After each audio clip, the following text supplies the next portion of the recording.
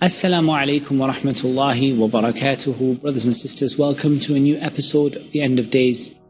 We're talking about the hadith which speak of trials and tribulations and the minor and the major signs that will happen before the coming of the hour. And what we're going to talk about today, insha'Allah ta'ala, is to talk about Ibn-e-Sayyad. And Ibn-e-Sayyad, Al-Imam Muslim in Kitab al-Fitan mentions a great deal about him. And his story is linked with the story of the Dajjal. To give you a little bit of background, Ibn-e-Sayyad was a person who lived during the time of the Prophet ﷺ, and the scholars disagreed as to whether Ibn-e-Sayyad was indeed the Dajjal or not. The Prophet ﷺ prior to that had told the companions that there would be a number of minor Dajjal, a number of liars that would come and claim prophethood, and that these minor liars would be sort of a precursor to the coming of the Dajjal, the great liar among all of them. And so the scholars disagreed over whether Ibn-e-Sayyad was a minor Dajjal or whether he was himself the Dajjal who simply disappeared and would reappear at the time that Allah Azza wa Jal decreed for him to reappear.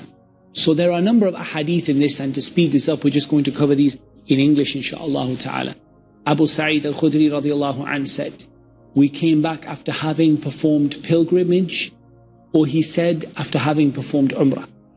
And Ibn-e-Sayyad, he's called Ibn-e-Sayyad and Ibn-e-Sayyad, was along with us. And we encamped at a place and people dispersed, and I and he were left behind. So Abu Sa'id al-Khudri and Ibn-e-Sayyad were left behind together. I felt terribly frightened of him, as it was said about him that he was the Dajjal. So this shows that the companions of the Prophet ﷺ were in a matter of disagreement as to whether or not Ibn-e-Sayyad was indeed the Dajjal. He brought his goods and placed them by my luggage, and I said, it is intense heat. Would you not place it under that tree? And he did that, i.e. he was trying to move him away from him because of his fear that this person was the Dajjal. Then there appeared before us a flock of sheep. He went and brought a cup of milk and said, Abu Sa'id, drink this. I said, it is intense heat and the milk is also hot, whereas the fact was that I did not like to drink from his hands or to take it from his hand. Abu Sa'id made an excuse why not to drink the milk, when the reality was that he didn't want to drink the milk because of his extreme fear of Ibn-e-Sayyad, that he was the Dajjal. Then he said, O Abu Sa'id, Ibn-e-Sayyad said, O Abu Sa'id, I think that I should take a rope and suspend it by the tree and commit suicide because of what the people are saying about me. He said, Abu Sa'id, the one who is ignorant of the statement of the Messenger of Allah sallallahu alaihi wasallam, this is to be pardoned, this can be overlooked. But O people of the Ansar, the hadith of the Messenger of Allah sallallahu alaihi wasallam is not concealed from you. You have the best knowledge of the hadith of the Messenger of Allah sallallahu alaihi wasallam among the people.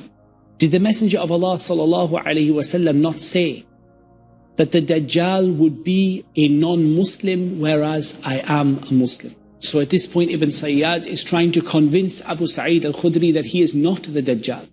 Didn't the Prophet sallallahu alaihi wasallam say that the Dajjal would be a non-Muslim when I am a Muslim, or a non-believer when I am a believer?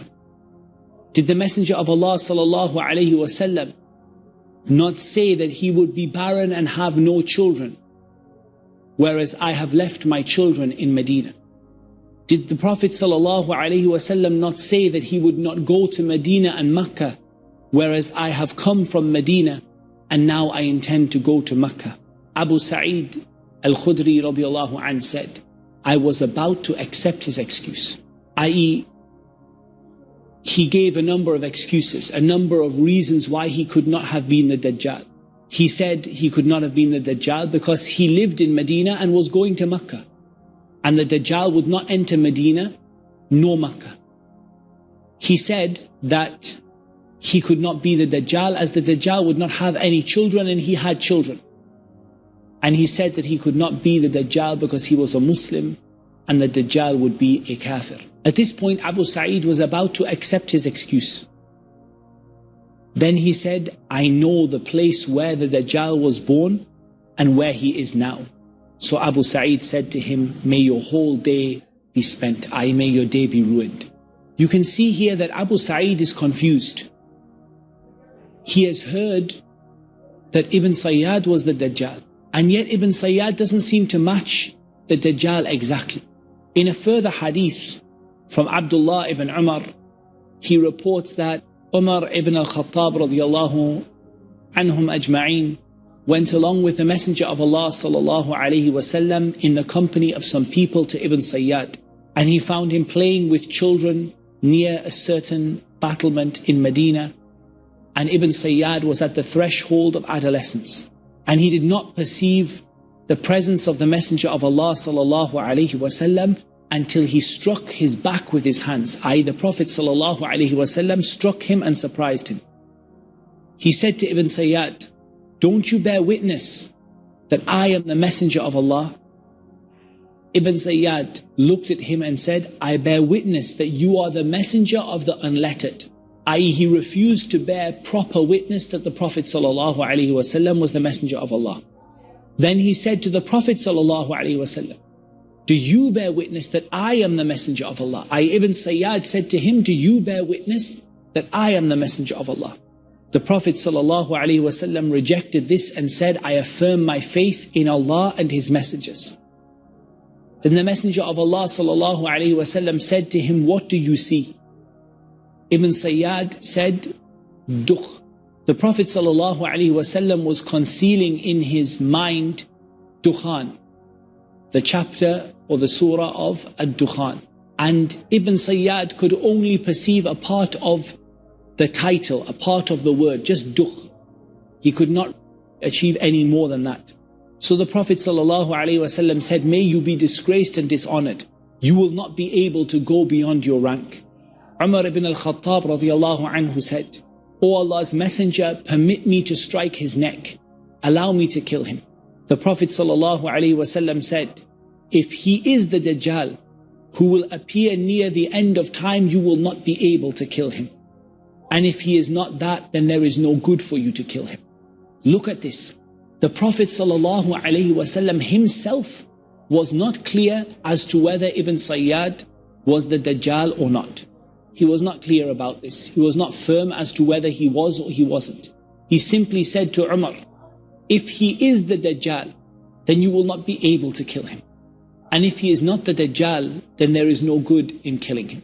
Abdullah ibn Umar narrated that after some time the Messenger of Allah ﷺ and Ubay ibn Ka'b radiyallahu ta'ala an went towards the palm trees where Ibn-e-Sayyad was. When the Messenger of Allah ﷺ went near to the tree, he saw him, i.e. he saw Ibn-e-Sayyad on a bed with a blanket, around him from which a murmuring sound was being heard. And then Ibn-e-Sayyad's mother saw the Prophet ﷺ. She saw the Messenger of Allah ﷺ. She told Ibn-e-Sayyad, here is Muhammad, i.e. she informed him as to that the Prophet ﷺ was near to him. The Prophet ﷺ said if she had left him alone, he would have made things clear. And Abdullah ibn Umar told him that the Messenger of Allah ﷺ stood up among the people and he praised Allah as he deserved. Then he made a mention of the Dajjal and he said, I warn you of him, and there is no prophet who has not warned his people against the Dajjal. Even Nuh warned against him. But I am going to tell you a thing which no prophet told his people. You must know that the Dajjal is one-eyed and Allah Azza wa Jal is not one-eyed. Ibn Shihab said, Umar ibn Thabit al-Ansari informed me that some of the companions of the Messenger of Allah sallallahu alaihi wasallam wa radiyallahu anhum informed him that the day when the Messenger of Allah sallallahu alaihi wasallam warned the people against the Dajjal, he also said, there will be written between his two eyes the word kafir, and everyone who will resent his deeds will be able to read it, or every Muslim will be able to read it. He said, bear this thing in mind, that none of you will be able to see Allah exalted and glorious until you die. Inshallah, after the break, we will continue to talk more about Ibn-e-Sayyad and to come to a conclusion with the help of Allah Azza wa Jal as to who Ibn-e-Sayyad was and what his role was in this signs of the coming of the hour and the end of days.